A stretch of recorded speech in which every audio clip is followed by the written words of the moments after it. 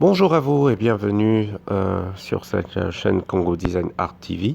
Merci encore une fois d'être avec nous pour ce module d'interprétation de modèles qui est dédié au management et au marketing de mode.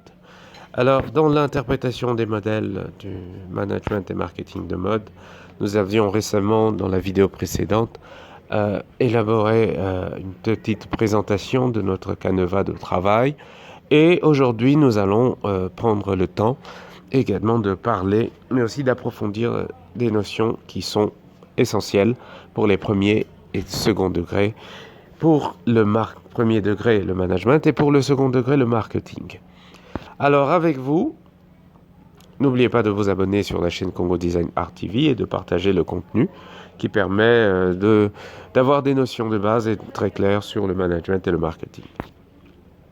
Alors, nous revenons à notre contrat pédagogique et vous aurez remarqué avec nous que le contrat pédagogique que nous avions dans la vidéo précédente nous mettait tous dans la généralité, mais aussi dans les 3 éléments du chapitre sur lequel nous allons travailler.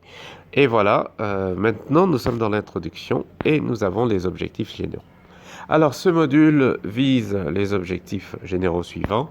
D'abord et avant tout, c'est communiquer aux apprenants les principes sur les modèles de management et du marketing. Il y a des principes généraux qui sont connus de tous, qui sont peut-être des éléments que l'on peut trouver dans des livres, mais c'est d'essayer de synthétiser, d'aller à l'essentiel et de vous le communiquer. En second lieu, nous avons renforcé les connaissances sur les composantes du management et du marketing, comme des modèles applicables.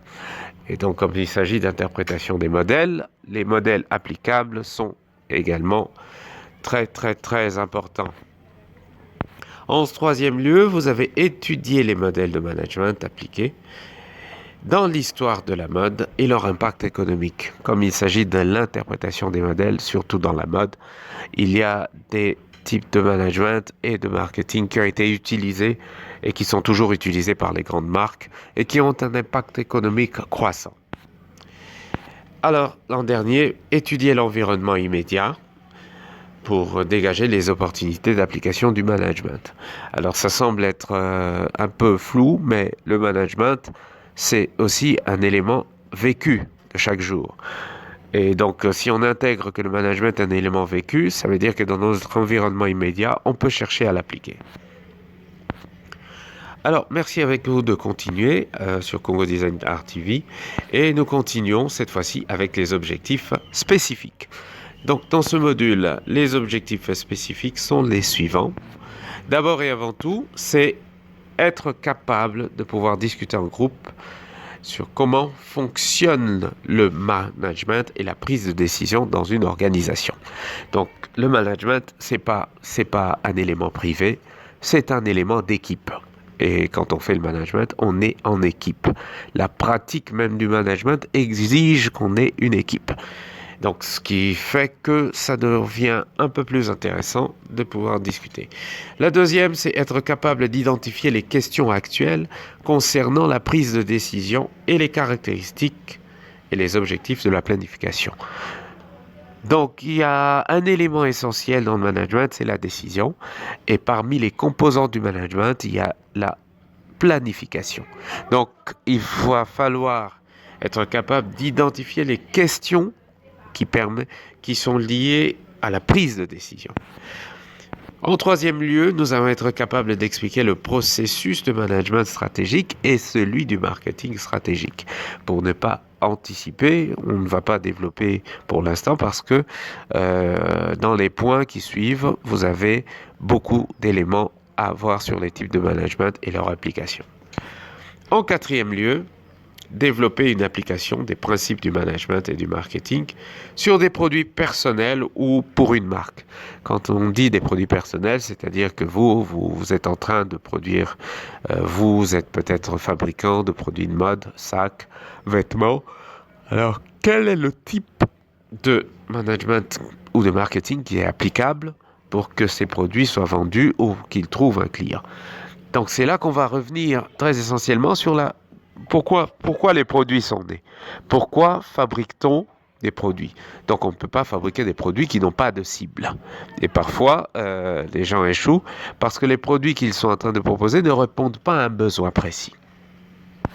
Voilà pour les objectifs spécifiques. Et donc là, nous rentrons sur une question toute simple qui est inclue dans le module 1, comprendre le management et le marketing. Nous essayons de brosser rapidement dans ce module. Alors, c'est quoi le management? On peut l'expliquer, on peut le vivre, mais dans la pratique, bon nombre de managers ont la conscience de faire quotidiennement du management, mais ne savent pas l'expliquer. C'est un peu compliqué? Non, c'est pas compliqué. C'est que parfois, les mots simples suffisent. Dans le cas qui est le nôtre, le management, c'est orienter, organiser, conduire et contrôler. Il y a 4 verbes. Orienter, organiser, conduire et contrôler. Et pour ces 4 verbes, il y a chacune des tâches particulières. Pour orienter, il y a des tâches pour organiser, il y a des tâches pour conduire et pour contrôler. Donc, le volet stratégique du management, c'est définir le cap, assigner les objectifs, élaborer une stratégie pour atteindre ces objectifs et déployer la stratégie et la mettre en œuvre. Alors, on revient sur un mot très essentiel qu'on va peut-être revisiter plus tard, c'est la stratégie. Et pour comprendre la stratégie, donc il y a les stratégies managériales. Et nous continuons avec ces définitions pour... C'est quoi encore le management? Alors, le management, c'est diviser le travail et les tâches entre les acteurs et c'est coordonner ces tâches après les avoir divisées. C'est du management. Le management, c'est définir une structure au service de la stratégie et c'est concevoir et déployer des processus pour récoordonner ce qui a été séparé. Eh bien, ça a l'air d'être compliqué, mais en réalité, c'est ce que nous faisons chaque jour dans les gestes les plus simples. Donc, quand on a défini une structure, c'est-à-dire, voilà, pour ceux qui sont à la cuisine, il y a une structure à faire. Il y a des éléments, des tâches à faire, et ces tâches sont confiées à des personnes. Et quand on revient les contrôler, on est en train de faire du management. Troisième élément, c'est aussi, et en plus souvent, outiller les processus en mettant en place des systèmes d'information. Les systèmes d'information qui viennent appuyer cette coordination, ce déploiement, c'est aussi du management. C'est quoi encore le management? C'est diviser le travail et les tâches entre les acteurs et c'est les coordonner après les avoir divisés. Oui. C'est aussi l'ensemble des techniques d'organisation des ressources. J'insiste, ensemble des techniques d'organisation des ressources qui sont mises en œuvre pour l'administration d'une organisation.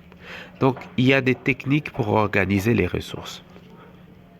Et pour ceux qui sont dans le management, on peut citer les 4 ressources rapidement: matérielles, financières, humaines et temporelles. Donc ces ressources-là, ils sont mis à profit. Alors après, c'est quoi le marketing? On va y aller tout simplement avant de dérouler les définitions des auteurs plus tard. Mais c'est essentiel vraiment de comprendre management et marketing. Ces deux-là, on les vit et on les vit ensemble. On le vit parce qu'il faut conduire, assister, organiser une organisation, mais dans le marketing, il faut aller trouver les besoins et les satisfaire. Donc, le marketing, c'est une démarche qui s'intéresse au marché et plus spécifiquement aux besoins des consommateurs. Donc, la première vidéo, on parlait des besoins et c'est pour ça qu'on est revenu sur un élément clé du marketing, c'est les besoins. La pyramide de Maslow, pour ceux qui l'ont vu précédemment, je vous conseille la vidéo précédente. Et l'analyse des besoins permet une meilleure compréhension du marché et doit aboutir à une segmentation. Donc une segmentation, c'est un élément très très important du marketing. Ça permet de définir à qui l'on s'adresse et pour que le produit réponde à un besoin qui est spécifique à ce segment-là. Alors, des cibles sont ensuite sélectionnées au regard des forces et des faiblesses de l'entreprise, ainsi que des opportunités ou des menaces présentes sur les marchés. Donc les cibles que vous allez choisir, pour les satisfaire, vous avez des forces, c'est-à-dire qu'est-ce que vous pouvez faire, mais vous avez également des faiblesses. Mais on a toujours une force et une faiblesse par rapport à un concurrent. Donc si vous avez pris le temps de regarder qui sont vos concurrents, vous aurez pris le temps de savoir qu'est-ce qui les différencie de vous. C'est quoi le marketing? Le marketing, comme on l'a défini, et nous allons ajouter les définitions du marketing sur la prochaine vidéo. Alors, restez abonnés sur Congo Design Art TV et merci de liker.